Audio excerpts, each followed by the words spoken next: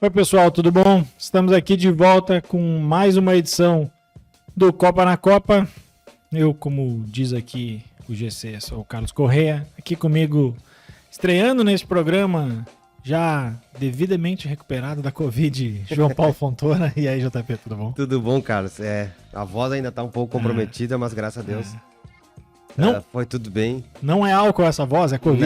Não, é um resquício ainda da Covid, graças a Deus, graças à vacina, muito bem vacinado. A gente tá gravando no domingo, talvez tenha um pouco de álcool também. Tem, até para comemorar o passamento da Covid.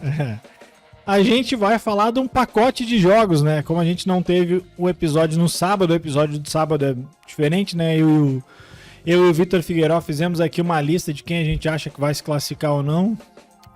Acho que a gente já pagou alguns vales aí, né? A rodada vai acontecendo e a gente vai sendo comprometido. Mas enfim, então a gente vai falar dos jogos desse domingo e dos jogos de sábado. Então vamos começar aí com o jogo mais esperado do domingo. Espanha 1, Alemanha 1. A Alemanha estava mais ou menos com a corda no pescoço, não matematicamente, né? Porque mesmo se perdesse, poderia ainda seguir com chances.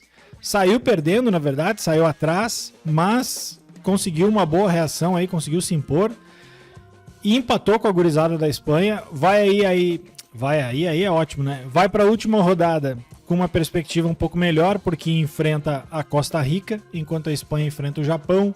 A Espanha tá bem encaminhada, na verdade, né? A questão que quem deixou escapar foi o Japão, mas a gente fala um pouco mais sobre o Japão daqui a pouco.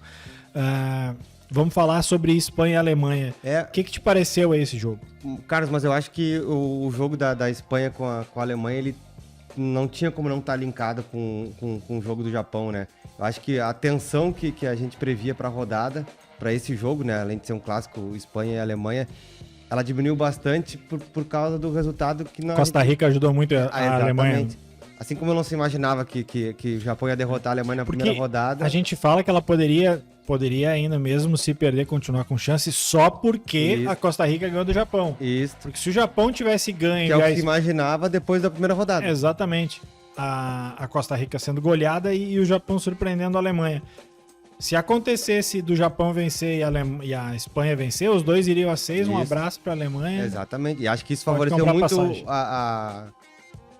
o desempenho da Alemanha. Acho que jogaram mais distensionados. A gente tá falando muito que o time da Espanha é um time muito jovem. O da Alemanha também não é mais... É uma mescla boa. É uma mescla boa daquele time que marcou a época em 2014 com o Brasil. Tem 3, 4 remanescentes. O resto também é uma geração mais nova. E acho que foi um bom jogo. Acho que a Espanha confirmou o favoritismo, né? Favoritismo para esse jogo, pro grupo, né? Pro grupo eu digo assim, ela não repetiu, claro, porque o adversário era outro, mas ela repetiu a ideia de jogo. Né? Vamos lembrar que se a Espanha passar em primeiro e o Brasil passar em primeiro e os dois avançarem nas oitavas, tem Brasil e Espanha nas quartas de final, né? Nas quartas? Eu confesso que eu não tinha essa informação. Na verdade, as quartas de final, digamos que passem todos os favoritos, as quartas de final só teria seleção grande. Eu sei que, eu não vou lembrar todos de cabeça, mas seria Argentina e Holanda, Brasil e Espanha, Inglaterra e França e Portugal e Alemanha. Tá bem... Não tem... Se passarem todos os favoritos em primeiro e segundo lugar. Muita coisa ainda pode acontecer. Cara, assim, de um balanço dessa... A gente fechou hoje a segunda rodada, né? Na questão de surpresa, assim, eu não imaginava que estivesse jogando futebol a essa altura, foi a Espanha. E o Brasil, a gente vai ver só o segundo jogo... Não, na verdade não encerrou a segunda rodada ainda, né? Ainda tem mais. Ainda tem mais, né? Visto de quem acabou de escrever no jornal. Né? Vamos já cortar aqui e vamos pro jogo do Japão, né? Que a gente estava falando antes como surpresa. Bom, jogo do Japão, como o JP já falou aqui, todo mundo meio que esperava uma vitória do Japão, havia vencido a Alemanha, Costa Rica tinha tomado uma sacolama da Espanha, mas a Costa Rica se fechou, arriscou num chutão de longe, o goleiro do Japão deu uma espalmada meio estranha, 1-0 Costa Rica, e agora embolou o grupo. Pois é, aí, do jeito que foi a derrota, eu fico pensando assim, o que a gente em outras épocas... ou até hoje pensa a respeito, por exemplo, das seleções africanas, né? Elas conseguem desempenhos que chamam a atenção e acabam pecando por alguma coisa que é implícita ao futebol, que às vezes é a malandragem em relação aos africanos. Os japoneses já evoluíram nisso, são disciplinados, são determinados, são competitivos a ponto de ganhar, mas tu não pode perder um jogo pra Costa Rica depois do que aconteceu com o Japão e com a Costa Rica do jeito que perdeu. É verdade. Mas eu também... O Japão... Não, mas não... A derrota do Japão, se analisada isoladamente... não, eu não tô analisando... Ela não é nenhum absurdo. Não, Agora, não é. o que se previu a partir da primeira rodada era uma classificação. E Talvez... isso tem que levar pra campo, talvez o cavalo, talvez o Godzilla tenha passado encilhado e o Japão isso que eu tô dizendo. não conseguiu subir no lagarto. É aquela história de furar a bola no final do jogo. Faltou Faltou. Yarley Sun lá no time deles. Mas enfim, vamos aí falar de outro grupo que tem surpresa também. Bom, vamos agora falar do grupo da Bélgica, em que a gloriosa geração belga, tão boa no papel e no videogame, não consegue embalar na Copa. Na primeira rodada já havia empatado e hoje perdeu, e digo mais, merecidamente perdeu de 2-0 para o Marrocos. Está numa situação complicada. E enfrenta na última rodada a Croácia. Eu que gosto de uma brincadeira assim, ainda mais em época de Copa do Mundo, sei que tu também gosta, cara. A gente fala, geração belga, às vezes é nitidamente pra brincar, ou acho que pra depreciar, não é o nosso caso aqui, Sim. mas pra dar uma leve corneteada. Cara, eu acho que esse epíteto que fala pra geração, eu acho que mesmo que não confirme no campo, como não confirmou até os finalmente em 2018, embora tenha eliminado o Brasil, eu acho uma grande geração. Em relação à Bélgica, mas talvez falte um pouco mais de camisa ali, né? Ou falta uma geração ainda melhor, mas que é uma grande geração, Por exemplo, o Lukaku entrou faltando 10 minutos. É um time com o Lukaku e outro time sem o Lukaku. Então, assim, tem que eu acho, aí pode ser um pouco... Eu talvez tenha pego um pouco de ranço, assim. Porque é como se a Bélgica quisesse se colocar, e até assim, em termos de resultado, ela não se colocou só no mesmo patamar, como ela se colocou acima. Ela foi semifinalista em 2018. Em 2018 e em 2014 ela foi eliminada pela Argentina nas quartas, eu acho. Né? Em São Paulo. Isso. Nos pênaltis, eu acho. Isso. É uma seleção que vem chegando com frequência. Sim.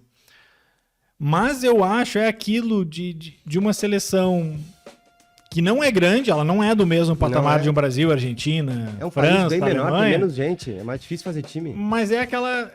Daí talvez um pouco o ranço do time que tem uma tradição menor, que na hora de jogar empina o nariz e acha que é do mesmo nível. Mas assim. sinceramente, tu acha isso vendo o time jogar? Eu sinceramente eu não acho. Eu acho que no primeiro jogo rolou um salto alto, acho que eles achavam que iam ganhar o natural.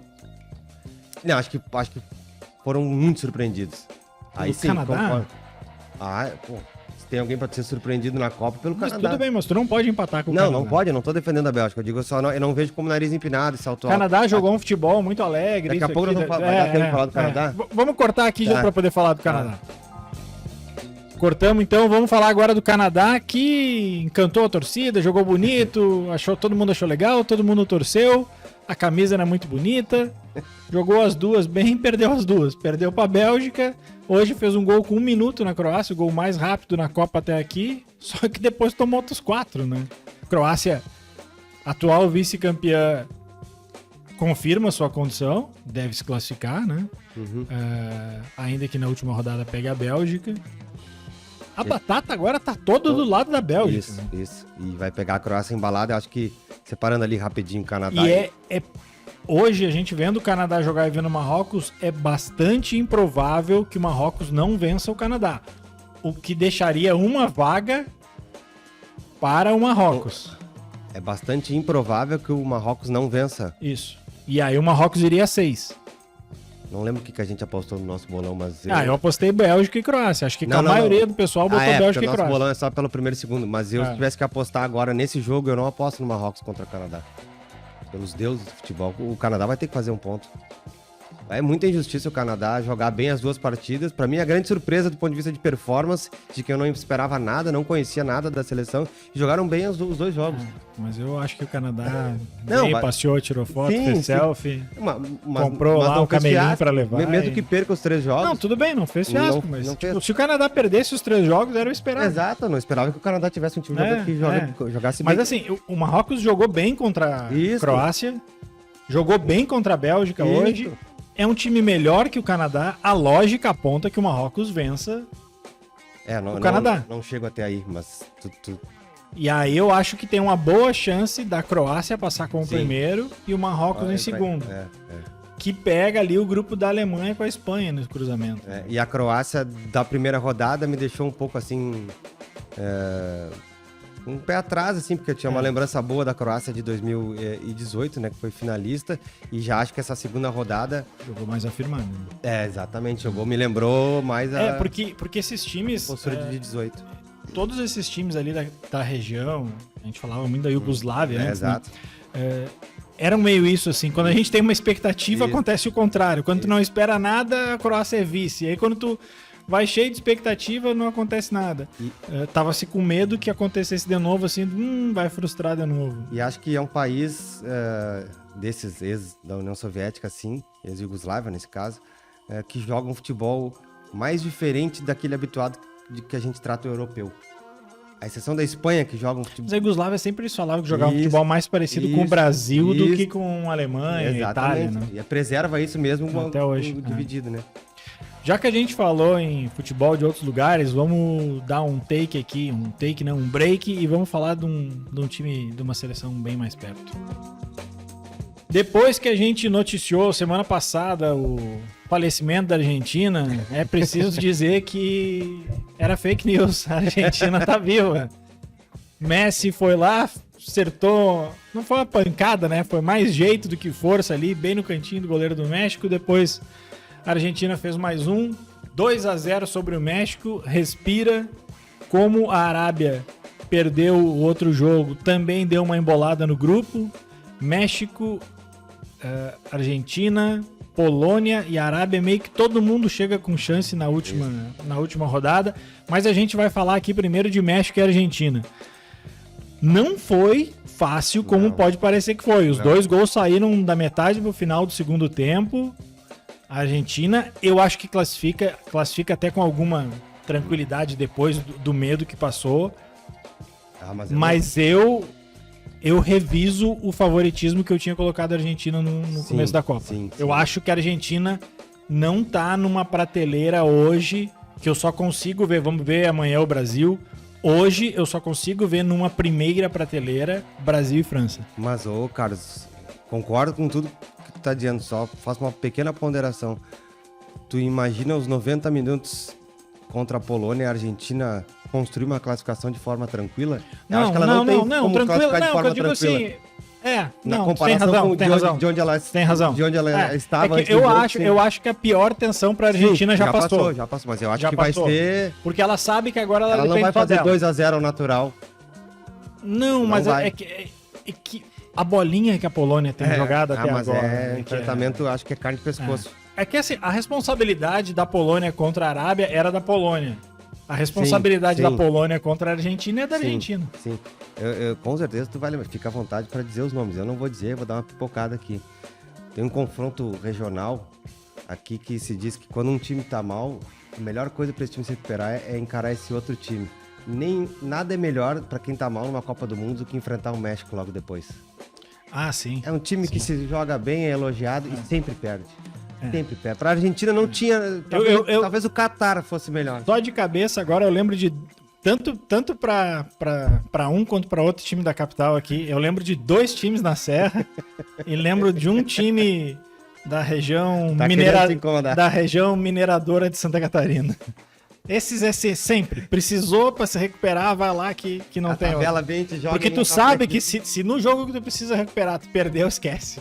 Pode ligar pra funerária. O México sempre pra mim pareceu isso. Então pra Argentina o México foi um presente. O México sempre é um time que na Copa do Mundo ele vai até as oitavas e aí quando chega a decisão ele perde. talvez, como ontem já era um jogo de caráter decisivo, mas opa, decisão, vou perder, preciso perder, né? É uma decisão. E o mais engraçado, a torcida não fica brava nunca. Não tem muito o que esperar. Mas enfim, vamos pro outro jogo aí de Arábia e Polônia. A Arábia, né, depois de fazer aquele crime contra a Argentina, eu não sei se a gente tava com uma expectativa diferente, é que a Arábia tem a torcida a seu favor lá, né? Sim. E tu acaba torcendo, tu Sim. acaba ficando simpático. Pô, a gente tava comentando no final de semana a foto, eu inicialmente achei que era fake, custo ainda acreditar, mas circula nas redes aí o que seria o raio-x do jogador lá do zagueiro que teve uma fratura no rosto, teve problemas até no pâncreas, né? É.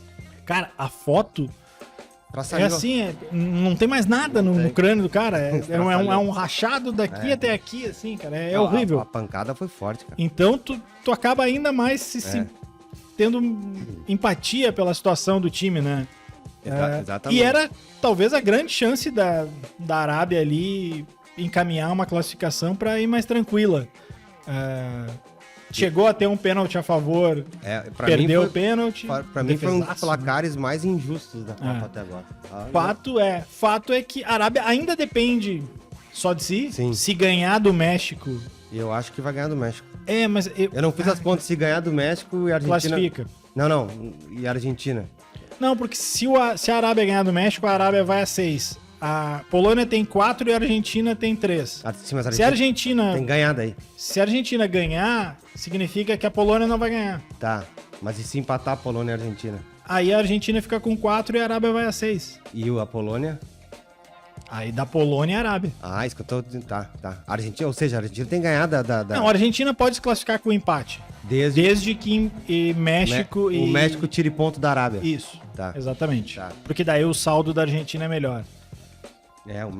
A Argentina pode ficar na mão do México. Olha, se chega da Polônia e a Arábia, é a maior zebra de toda a Copa. Aí ninguém vai como é a maior zebra como é que de toda chama a Copa. quando o prêmio fica acumulado, né?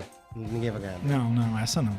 Bom, vamos passar para os outros jogos de sábado. Faltam mais 4. Hoje o programa tá longo porque é acumulado do final de semana. Totobola do final de semana. Uma das grandes seleções da Copa até agora, para mim, me parece ser a França, né? Sim. Venceu novamente ontem, venceu bem a Dinamarca, 2-1. Não tá apresentando um futebol assim, nossa, que coisa brilhante, mas tu vê a efetividade, tu vê a velocidade. Quando aquele diabo daquele Mbappé toca a bola na frente, cara, não adianta, cara. Tu não segura, cara. E ontem teve um lance que até não acabou em gol. Que ele tenta se livrar do jogador da Dinamarca e não é que ele ganha na velocidade. O cara dá uma porrada nele. Não adianta. E aqui, ó. Não adianta. É Me muito... lembro, eu vou exagerar muito. Aqueles lances do Ronaldo, quando o Ronaldo tava no ápice, assim, porque Botava os braços. davam uma porrada E os cara nele e os caras que caíam. É verdade.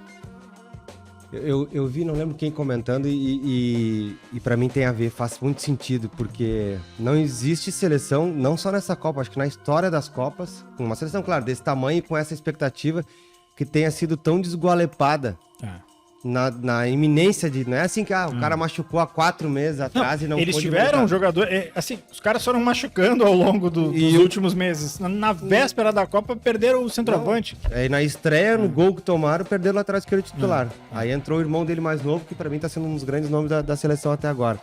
Mas eu vi um comentário no seguinte sentido, Carlos, que eu acho que cara, a gente tá muito de longe, não tem como nem checar se isso vai...